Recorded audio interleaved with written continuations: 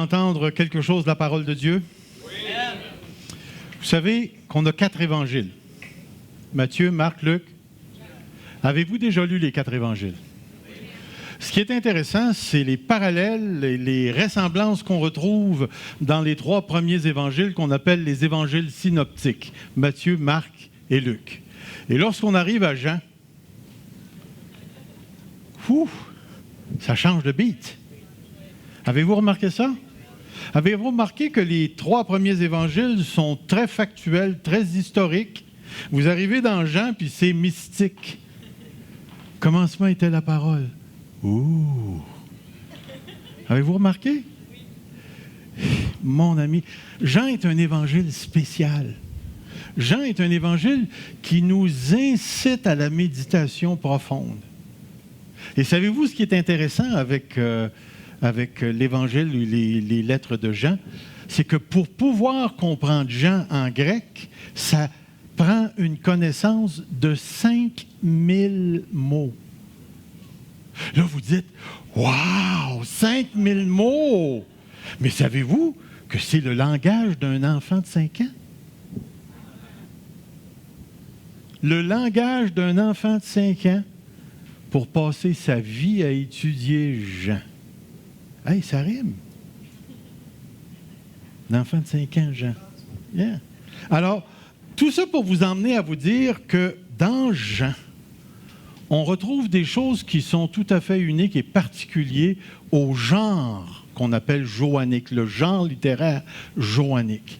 Et lorsque vous lisez l'évangile de Jean et que vous lisez les 3 lettres de Jean, on retrouve des parallèles très intéressants, comme si ces 3 lettres avaient été écrites, et l'évangile de Jean, à peu près dans la même période de temps où Jean combattait à peu près les mêmes hérésies qui voulaient entrer dans la vie de l'Église et corrompre l'Église débutante, l'Église primitive, l'Église chrétienne qui était naissante et qui avait commencé à se répandre dans toute la région. On sait que Jean aurait exercé son ministère principalement autour d'Éphèse et de là, il s'est étendu. D'ailleurs, même on pense que les lettres pourraient avoir une certaine correspondance avec l'Apocalypse de Jean, où on retrouve les 7 églises de l'Apocalypse qui forment un trajet géographique très, très, très spécifique. Tout ça pour vous dire que Jean est véritablement un apôtre qui a écrit d'une manière spéciale, d'une manière très, très, très spéciale. Et ce matin, ce que je veux faire avec vous, c'est de regarder 3 petites phrases que vous connaissez pour les lecteurs de la Bible. Vous connaissez ces 3 petites phrases que vous avez déjà peut-être dit à quelqu'un. Dieu est amour. Dieu est lumière. Non, Jean ne dit pas ça. Même si c'est vrai. 3 phrases qu'on retrouve. La 3e phrase, on la retrouve dans le 4e chapitre de l'Évangile de Jean qui nous dit « Dieu est esprit. Dieu est esprit. Dieu est esprit, Dieu est lumière, Dieu est amour. » Ce sont 3 phrases qui sont complètement uniques et aucun auteur du Nouveau Testament nous décrit Dieu de cette manière-là. Vous ne retrouverez pas une phrase qui va dire « Dieu est bonté ». Vous ne trouverez pas une phrase qui dit « Dieu est omniprésent ». Ça, c'est ce qu'on appelle du langage théologique. Mais lorsqu'on arrive à l'Évangile de Jean et aux lettres de Jean, nous retrouvons 3 petites phrases, puis 3 petites phrases qui sont, mon ami, sont comme lancées comme ça, tout bonnement, à l'intérieur de textes tout à fait précis. Vous vous rappelez de ce que j'ai souvent dit, hein? C'est toujours le 3 petits points qui détermine le sens d'un mot. C'est toujours le contexte qui détermine le sens d'un mot ou d'une phrase en particulier.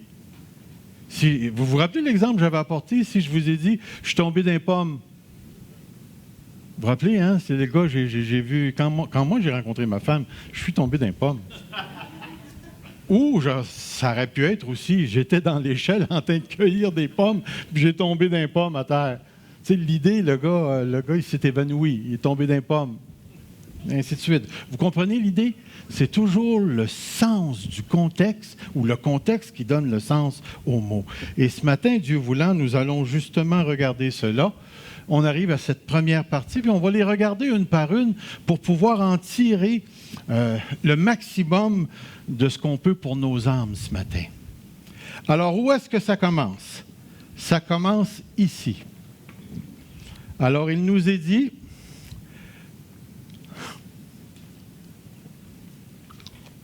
vous vous rappelez du contexte? Jésus est au puits de Jacob, il est tout seul, il y a une femme qui arrive, et cette femme-là, elle a quelque chose de particulier. Elle est samaritaine. Savez-vous ce que ça veut dire être une samaritaine?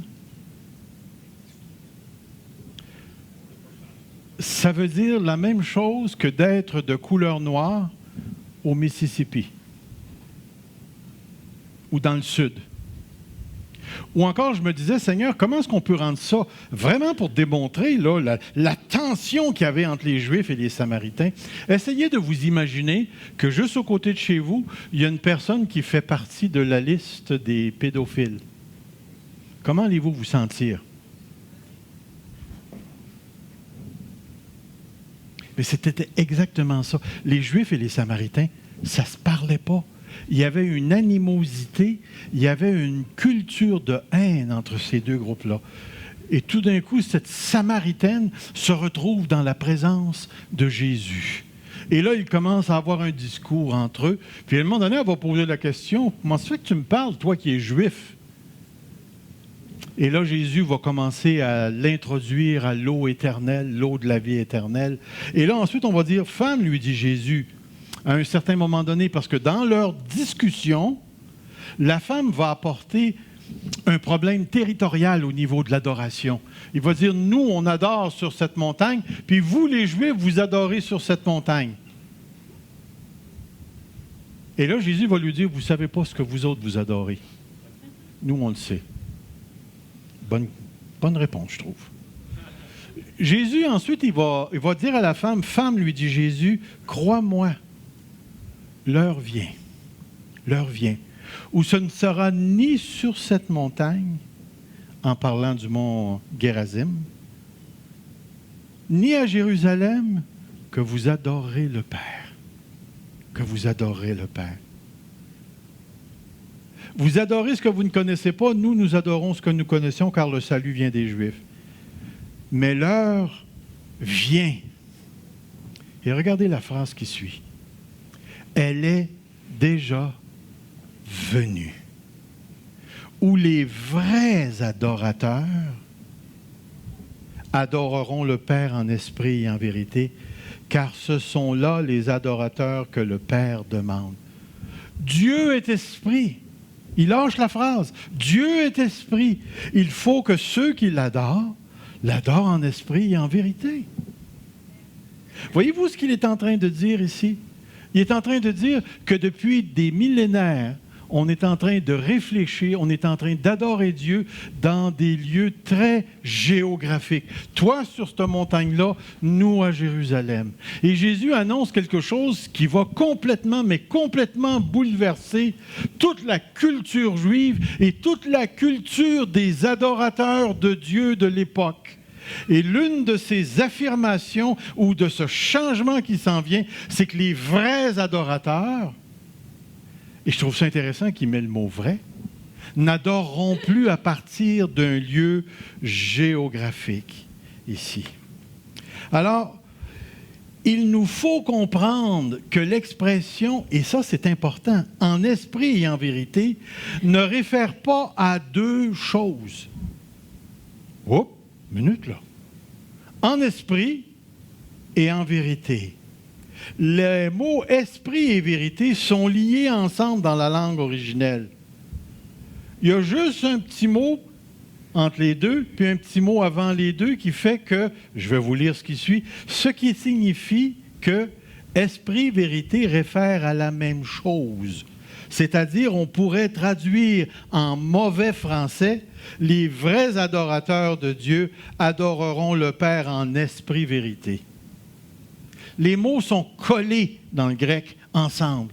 Alors, Jésus n'est pas en train de faire référence à l'Esprit et ensuite à ce qu'on pourrait appeler la vérité, la parole de Dieu ou la personne de Jésus. Il a mis ces deux mots-là ensemble ici pour souligner quelque chose de très, très, très important. Et en faisant cela, Jésus place en opposition les lieux et les formes matérielles de l'adoration de l'époque, Gérizim et Jérusalem, et le nouveau temple qui va devenir le cœur du croyant comme une habitation de Dieu, un lieu d'adoration. Alors, il est en train de dire que l'adoration à Dieu n'aura plus rapport et ne passera plus dans les structures de l'Ancien Testament. Ne passera plus dans des structures où les formes matérielles vont prédominer. Avez-vous remarqué ce matin qu'on n'a pas immolé un mouton? L'Église ne fait pas de méchoui à tous les dimanches. C'est plate, hein? Tout ce que vous auriez eu à fournir, c'est vos œufs, puis vous auriez eu votre bacon. Mais ce que Jésus est en train de dire ici, c'est qu'il va y avoir un changement radical, puis le changement vient de commencer. Le changement vient de commencer parce que moi, Jésus, je suis là. Je suis là. Et ce changement va apporter quelque chose de très, très, très important ici. Donc, par ces paroles, l'adoration passe d'une conception matérielle, temple, brebis, encens, prêtre et ainsi de suite, à une pratique et d'une pratique locative, Jérusalem, à une adoration spirituelle et personnifiée. Spirituelle et personnifiée. Les vrais adorateurs de Dieu ne passeront plus par un temple matériel, par une structure sacerdotale avec prêtres, brebis, fêtes et ainsi de suite. Tout ça va changer et tout le culte, les adorateurs de Dieu vont adorer Dieu d'une manière spirituelle, esprit, vérité et personnifiée. C'est-à-dire les adorateurs eux-mêmes vont changer ici. La raison du changement qui nous est donné ici se retrouve dans le verset qui suit. Dieu est esprit. Il faut que ceux qui l'adorent en esprit et en vérité, ou en esprit-vérité.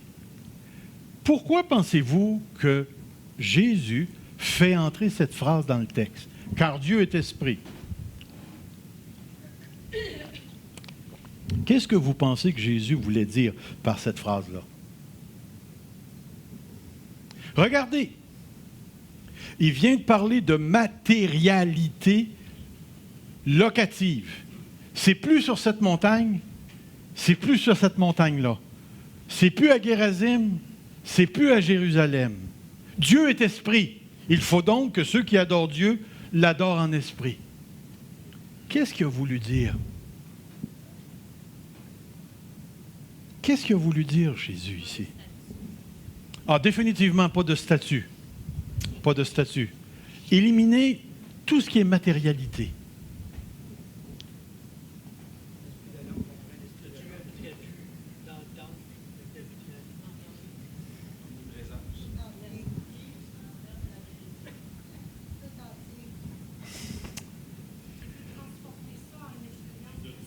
Définitivement une expérience personnelle.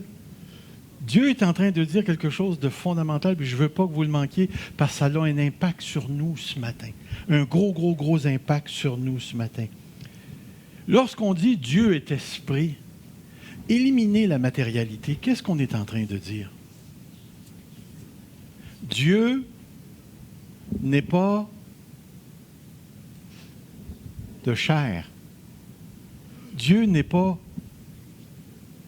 matériel. Dieu n'est pas un être matériel. Il n'est pas un être de chair. Dieu est esprit.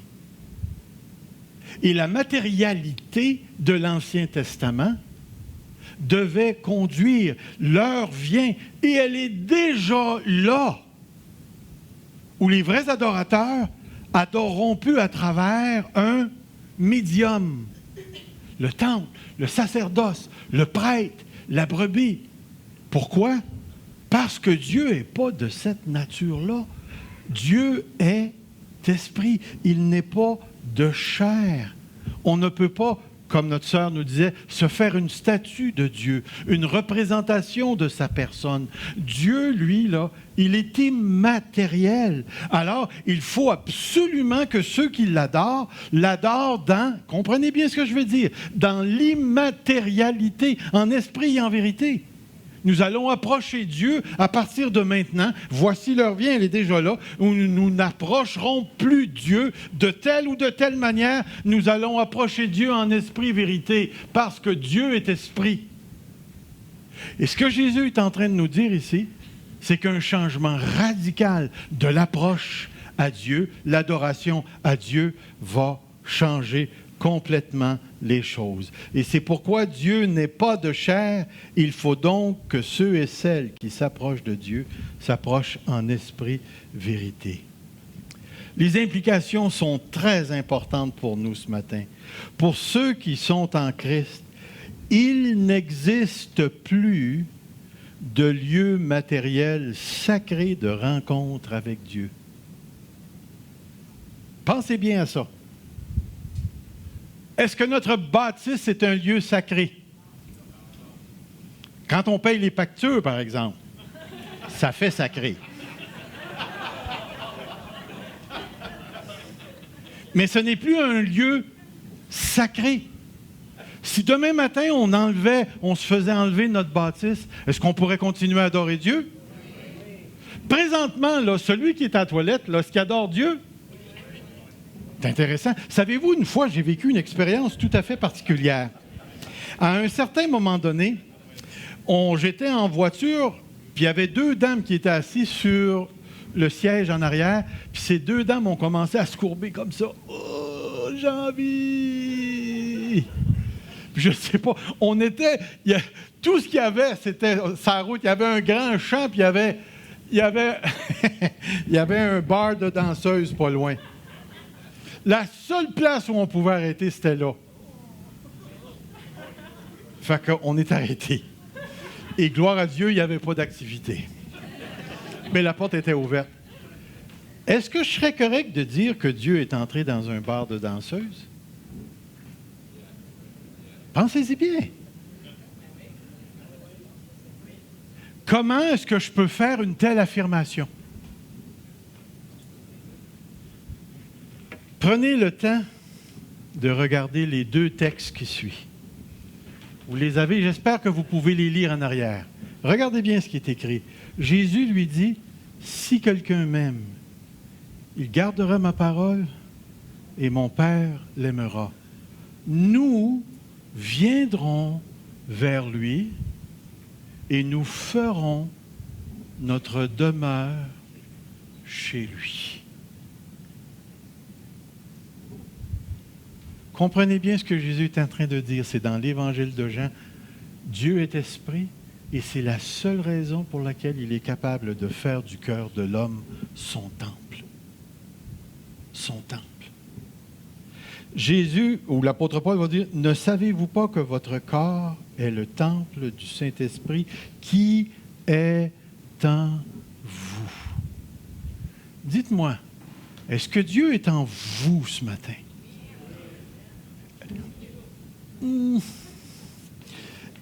Êtes-vous d'accord que ça, c'est devant moi? Quand vous dites la phrase « Dieu est en moi », est-ce que c'est aussi réel que ça? Est-ce que c'est réel? Ça, là, c'est devant moi, là. J'y touche. Dieu est esprit, je ne peux pas. Mais la réalité de la présence de Dieu en moi, est-ce que c'est aussi réel que cet objet matériel? Est-ce que Dieu est réellement en toi? Quand tu vas faire ton épicerie, est-ce que Dieu entre dans l'épicerie? Es-tu en train de me dire que tu traînes toujours Dieu en toi? Écoute, c'est soit lui qui te traîne ou c'est toi qui le traîne, un des deux, là, je ne le sais pas. Mais ce que je suis en train de dire, c'est que quand on parle de la présence de Dieu, on est en train de dire une vérité fondamentale. C'est Dieu dans le cœur qui sauve. C'est qu'une fois que tu es né de nouveau, lui, il est en toi. Et le texte le dit très, très bien ici. Et c'est important pour nous de le saisir. Voyez-vous, ce qui est intéressant, c'est que dans l'Ancien Testament, Dieu est descendu sur le tabernacle mosaïque et sa présence était tellement là qu'elle influence la brillance du visage de Moïse. Après la construction du temple, sous Salomon, Yahweh a rempli le temple de sa présence à tel point que les gens ne pouvaient pas servir dans le temple.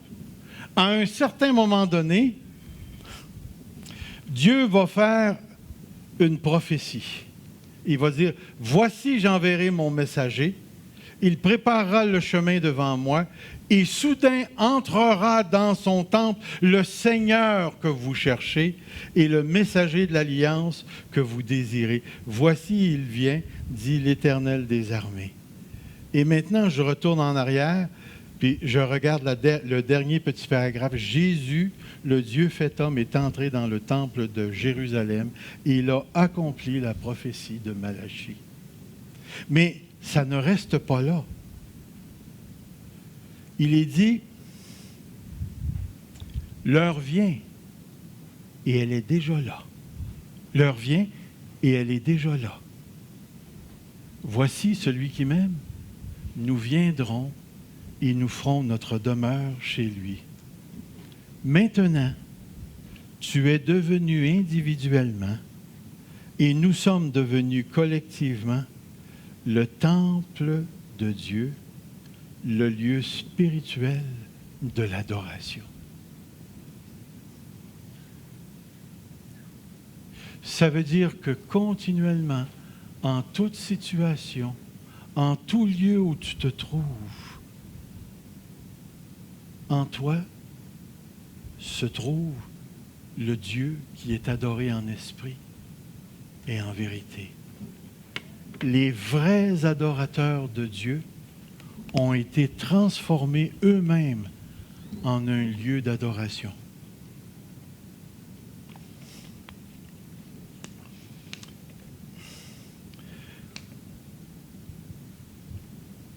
Regardez le prochain texte.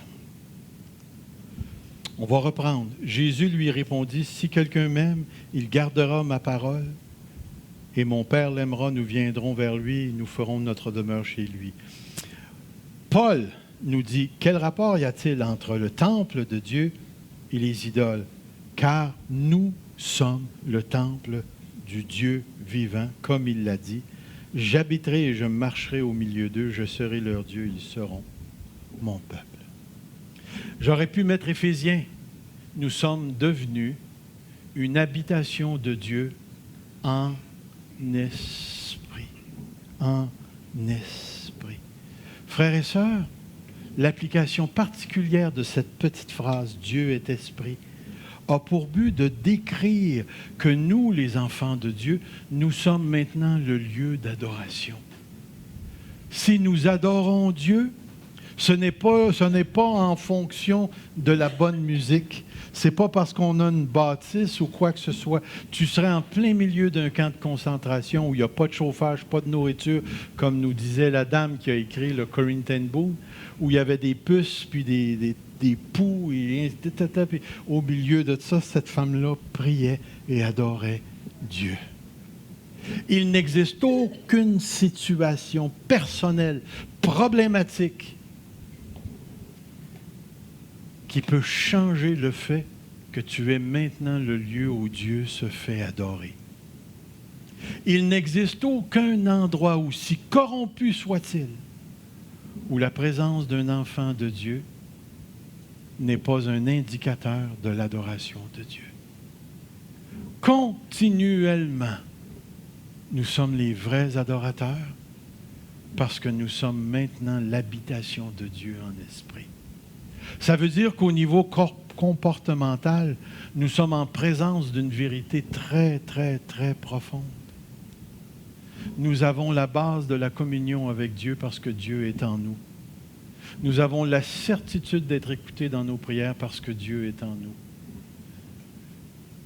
Et nous avons l'opportunité de vivre un temple mobile parce que je suis l'habitation de Dieu sans être Dieu. Pensez pas que ça nous transforme en super-humains, là. Non, non, non, non, non, non. J'ai Dieu en moi partout où je vais. Et avez-vous remarqué que peu importe le lieu où vous trouvez, vous pouvez prier? Vous n'avez pas besoin de vous tourner vers l'est, à genoux sur un tapis. Et vous n'avez pas besoin de faire un voyage à Jérusalem pour aller mettre vos prières dans le mur de lamentation. Vous pouvez rester là où vous êtes présentement et adorer votre Dieu.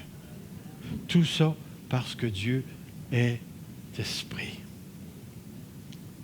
C'est quelque chose de profond. On pourrait aller plus loin, mais nous allons passer, si vous voulez bien, à la deuxième. Dieu est amour. Dieu est amour. Ça aussi, c'est toute une phrase. Dieu est amour. Et ce qui est intéressant de la manière dont c'est écrit dans la langue originelle, c'est que vous ne pouvez pas changer les mots de place. La manière dont c'est écrit, l'amour est Dieu. Vous ne pouvez pas changer, vous ne pouvez pas leur virer de bord, la manière dont c'est écrit. Dieu est vraiment le sujet et l'amour est vraiment prédicat. Vous avez Dieu est amour. Pourquoi? Parce que si vous revirez ça de bord, tous les types d'amour sont corrects. L'homosexualité, tout, parce que si l'amour est Dieu, aimons-nous parce que c'est Dieu l'amour. Non, non, non, non, non, non, non. Pas dans les écrits de Jean. Dans les écrits de Jean, Dieu est amour. Et nous retrouvons cette phrase dans la première lettre de Jean deux fois.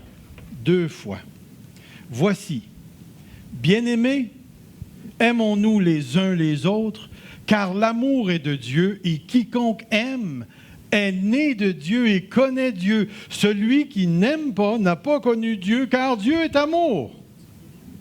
On le retrouve dans l'autre phrase, 4,16, et nous avons connu l'amour que Dieu a pour nous, et nous y avons cru.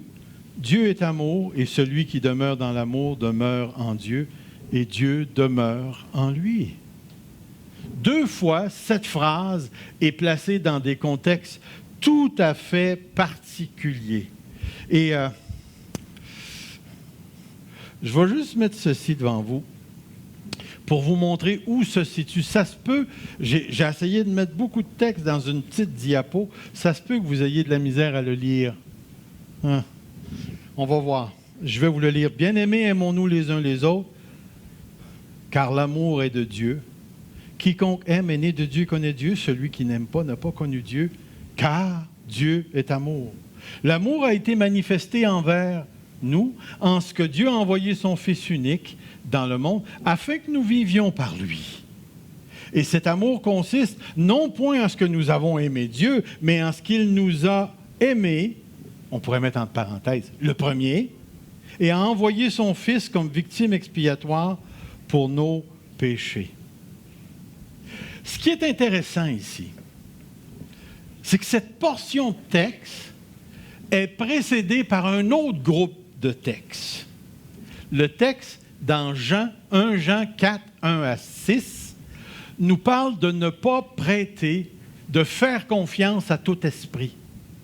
Parce qu'il y a des esprits, en voulant dire, chez Jean, lorsqu'une personne entrait et se proclamait prophète, Jean croyait qu'il y a toujours un esprit derrière le prophète qui lui permet de parler. C'est soit l'esprit de Dieu, ou c'est soit un autre type d'esprit. Et Jean va exhorter, il va exhorter les frères et les sœurs dans l'Église, n'ajoutez pas foi à tout esprit, mais sondez les esprits pour voir s'ils sont de Dieu. Et ce qui est intéressant dans cette portion de texte, c'est que Jean va apporter un test théologique parce qu'il va parler du message de l'Évangile. Ceux qui prophétisent, est-ce qu'ils ne sont pas en harmonie avec l'Évangile ou qui n'apportent pas le message de Jésus-Christ, ces gens-là ne sont pas de Dieu. ne sont pas de Dieu. Ce qui est intéressant, c'est que Jean vivait, l'Église vivait, une montée de faux prophètes qui se servaient de l'Évangile pour faire dévier l'Église ou s'accaparer des biens de l'Église. On le voit un tout petit peu. Dans la deuxième lettre de Jean, Jean nous parle des antéchrists ou des antichrists. C'était des gens qui enseignaient que Jésus ou le Christ n'était pas venu en chair. C'est-à-dire que Jésus n'était pas le Christ. Vous aviez le Christ et vous aviez Jésus. Au baptême, le Christ est venu dans Jésus, puis à la crucifixion, le Christ est sorti de Jésus. De sorte que celui qui est mort sur la croix, c'est Jésus, mais pas le Christ. Alors, c'est juste un homme qui est mort sur la croix, parce qu'ils avaient adopté ce qu'on appelle le néo-platonicisme. Qu'est-ce qu'on veut dire par ça? C'est que pour eux autres, la matérialité était mauvaise et tout ce qui était de l'esprit était bon. Ils ne pouvaient pas avoir d'association entre les deux. Alors, il fallait ajuster Jésus à cette croyance de dire que Jésus n'était pas correct, le Christ ne peut pas s'associer à de la matérialité. Donc, il était comme toujours un petit peu collé, sans être collé à la personne de Christ, puis à la crucifixion, pouf. Donc, l'incarnation, c'est pas vrai. Pas vrai, ça, c'est une farce. Créez pas ça. C'est ça qu'eux autres disaient. Et Jean va leur dire, s'ils n'apportent pas le message du Christ venu en chair, au commencement était la parole a été faite chair, elle a habité parmi nous. S'ils n'apportent pas ce message-là, ne les recevez même pas, ne leur dites même pas salut. Et ces gens-là avaient besoin d'être testés dans l'Église. Et non seulement testés, mais pouvez-vous vous imaginer comment est-ce qu'on dirait ça? Une opération tellement frustrante. C'est, admettons, nous autres, là, Dieu nous révèle plein de choses par la prophétie, puis là, on commence à tester tout le monde. Pensez-vous que ça pourrait frustrer même les chrétiens? Alors, soyez prêts à être frustrés. Parce que c'est ce que Jean nous demande. C'est ce que Jean nous demande. Dans des temps où l'esprit travaille fort, l'ennemi travaille fort. Et on a besoin d'une telle chose. Et c'est pour ça que Jean, juste avant, va parler de ça. Puis ensuite, il va dire, wow, minute, une des caractéristiques qui caractérise le mensonge, c'est l'absence d'amour. C'est l'absence d'amour. Et c'est pour ça qu'il va arriver ensuite, puis il va dire, les 4 versets, Jean 7 à 17, nous disent 4 affirmations qui sont très, très, très importantes. Et si vous voulez, je vais commencer avec celle-ci.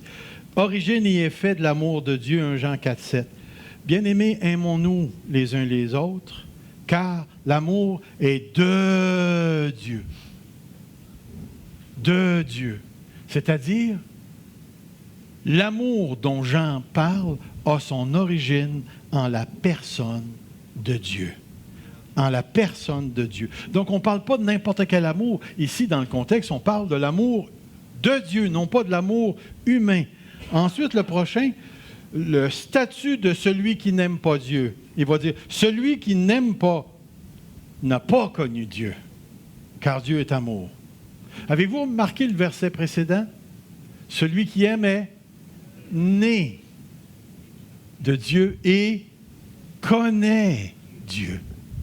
Alors, ce qu'il est en train de dire, si Dieu est la source de l'amour, quand l'Esprit entre dans une personne, qu'est-ce qu'il va faire? Est-ce qu'il y en a qui connaissent Romains 5,5 par cœur ici? L'espérance ne trompe point, car l'amour de Dieu a été déversé dans nos cœurs par l'Esprit qui nous a été donné. Prenez cette phrase-là. L'espérance ne trompe point, car l'amour de Dieu, pas n'importe quel amour, l'amour de Dieu, celui qui vient de Dieu, a été déversé où? Dans nos cœurs. Comment? Par l'Esprit qui nous a été donné. OK, prends ça à l'envers maintenant.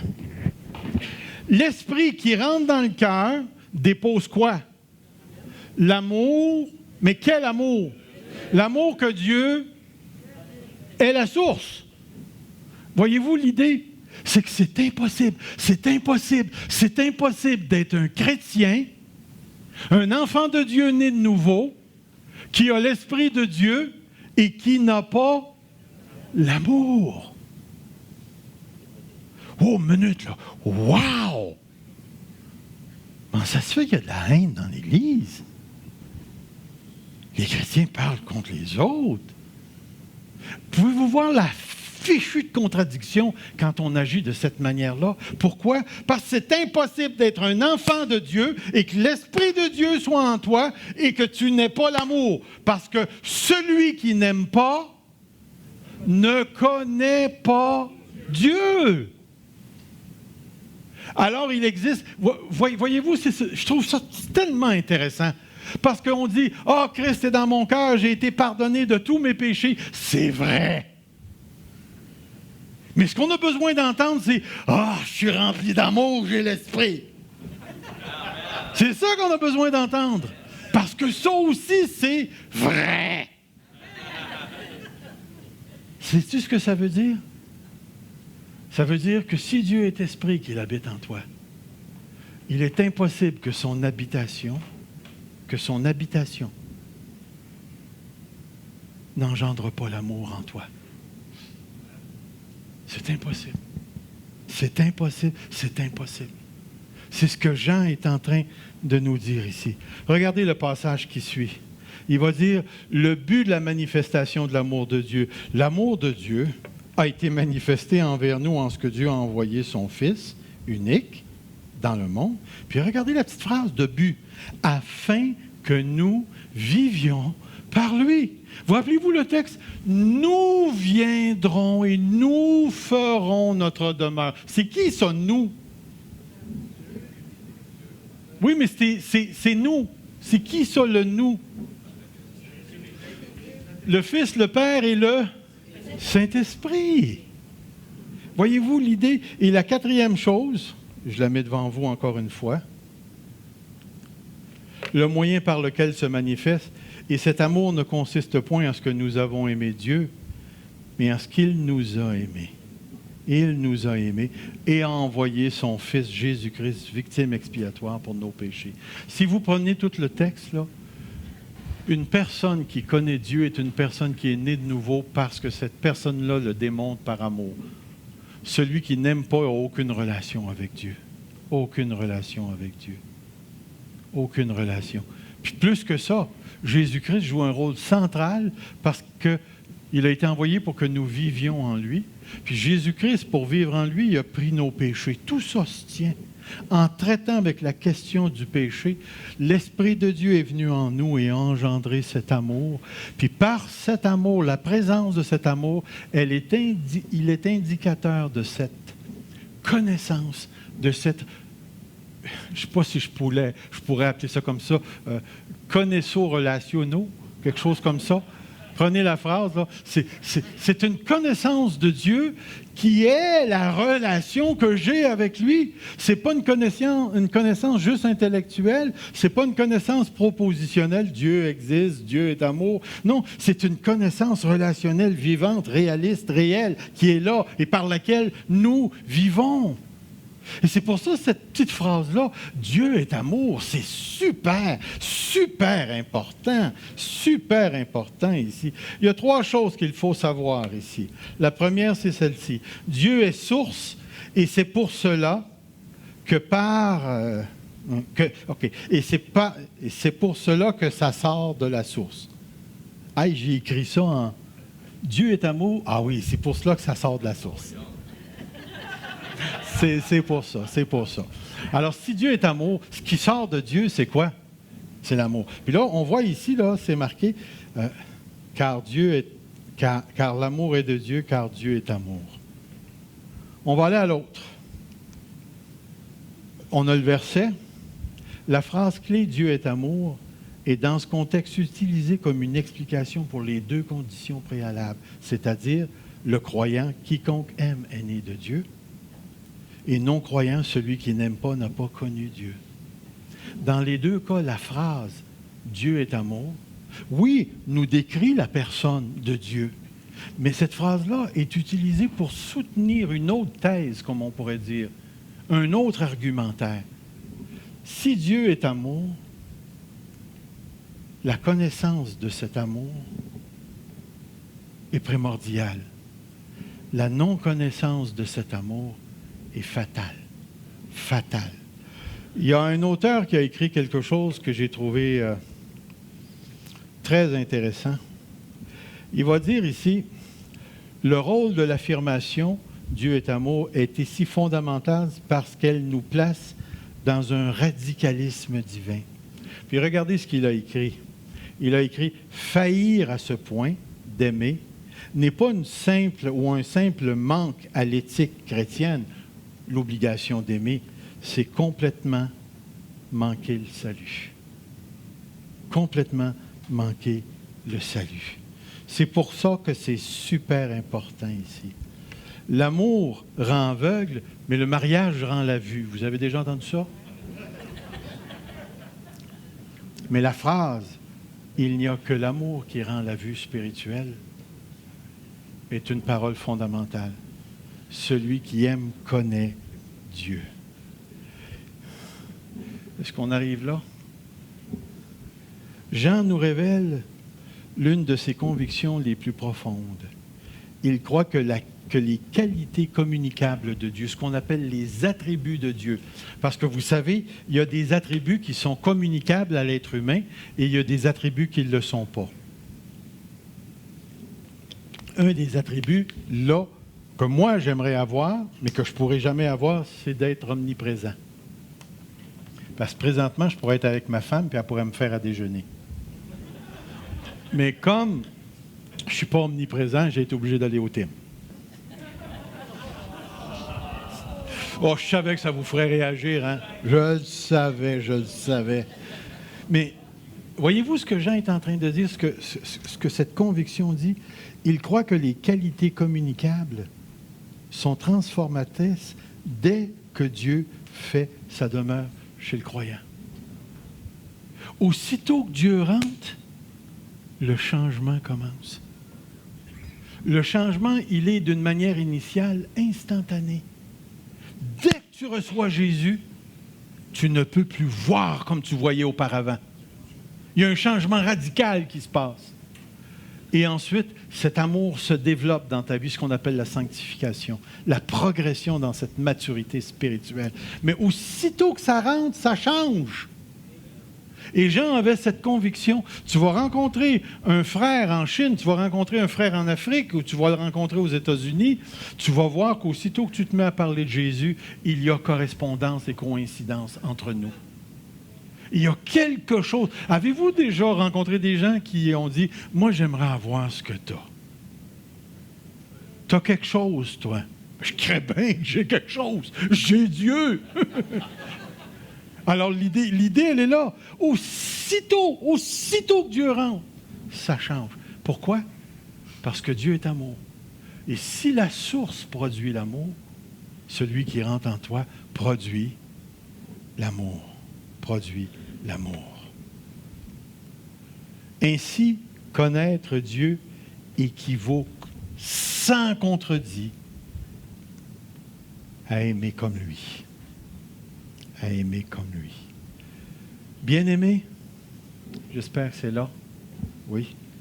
Si Dieu nous a ainsi aimés, remarquez le verbe utilisé après. On devrait essayer. Non. Nous devons nous aimer les uns les autres. Tu sais, des fois, on utilise « Tourne-toi vers ton frère », puis moi, ce matin, j'aurais envie de dire « Tourne-toi vers ton frère, là, puis dis-lui, arrête de m'haïr. » Tourne-toi vers ta sœur, là, puis dis-lui, Tu es obligé de m'aimer. Voyez-vous l'idée? C'est bien de valeur, frères et sœurs.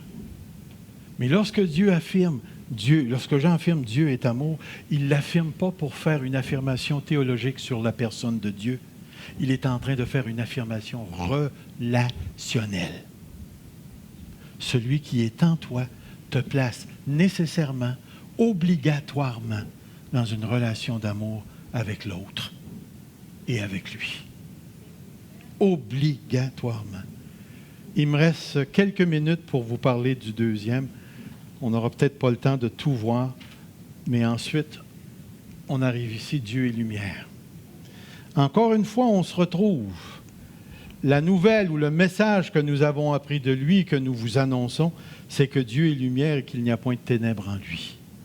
C'est intéressant cette phrase parce que le contexte, encore une fois, nous parle de quelque chose de tout à fait précis ici. Je vais sauter cette diapositive.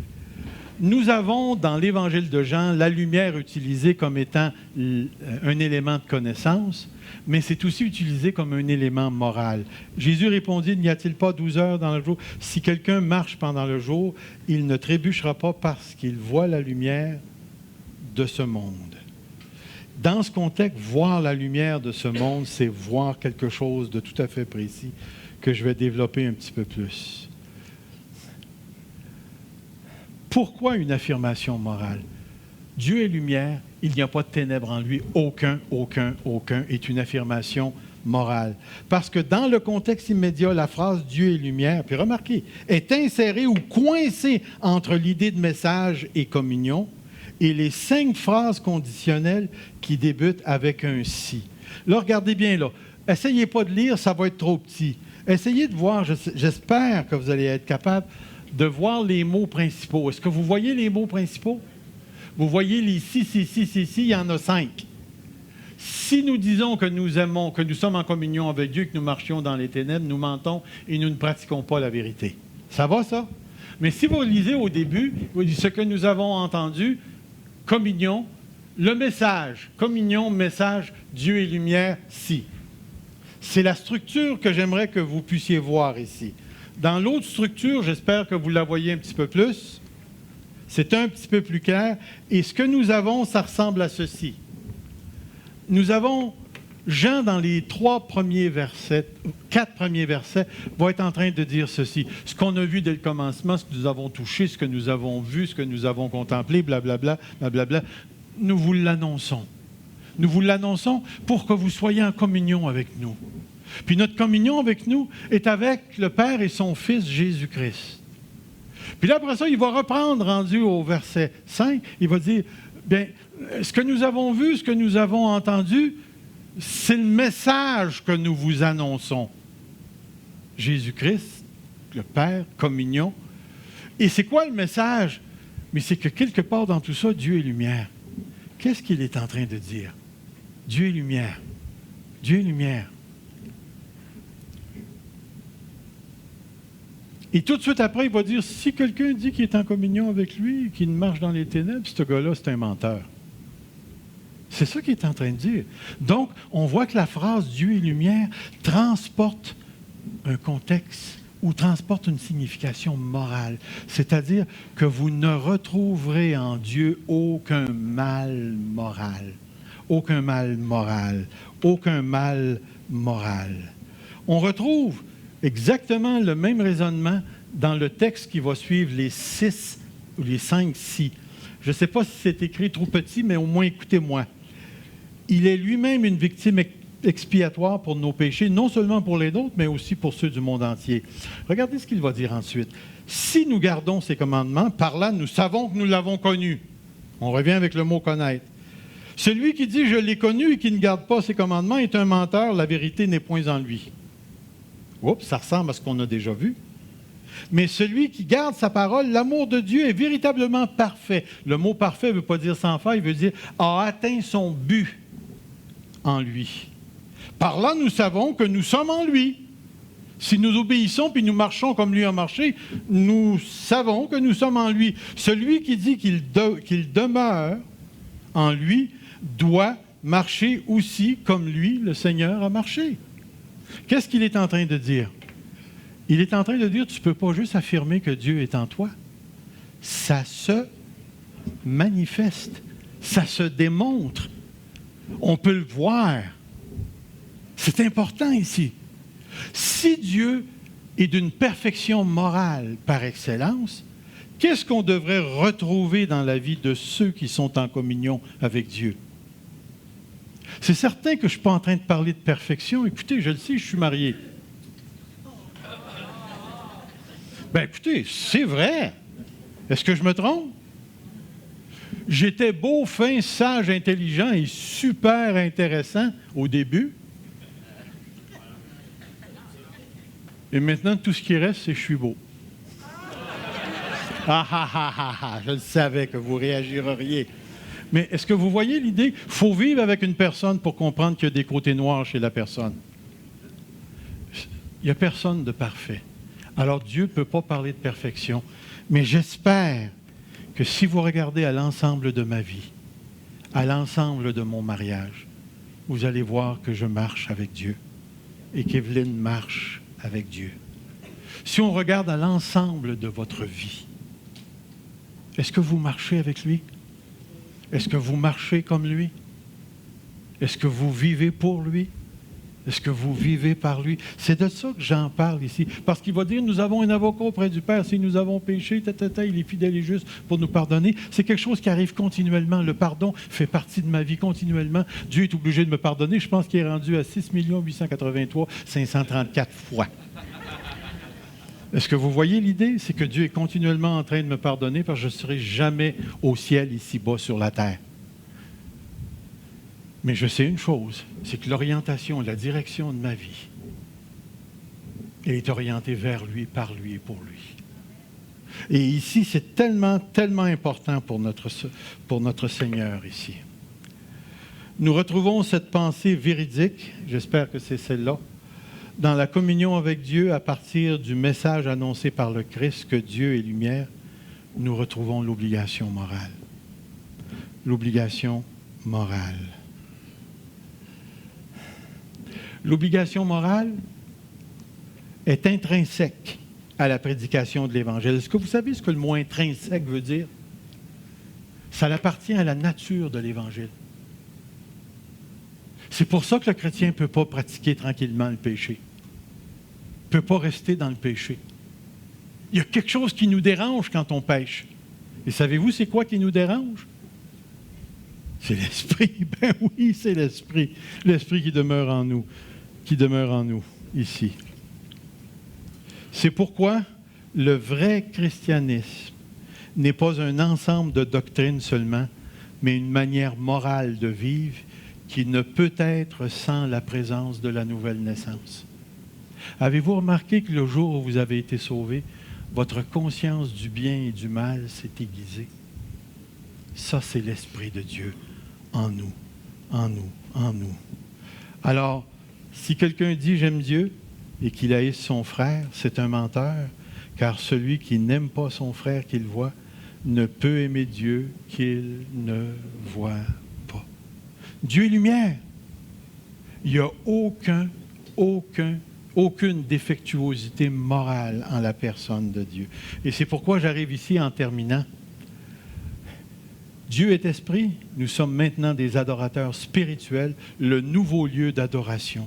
Dieu est amour, nous sommes dans l'obligation d'aimer l'autre, parce que la source qui est en nous, c'est Dieu qui engendre son amour.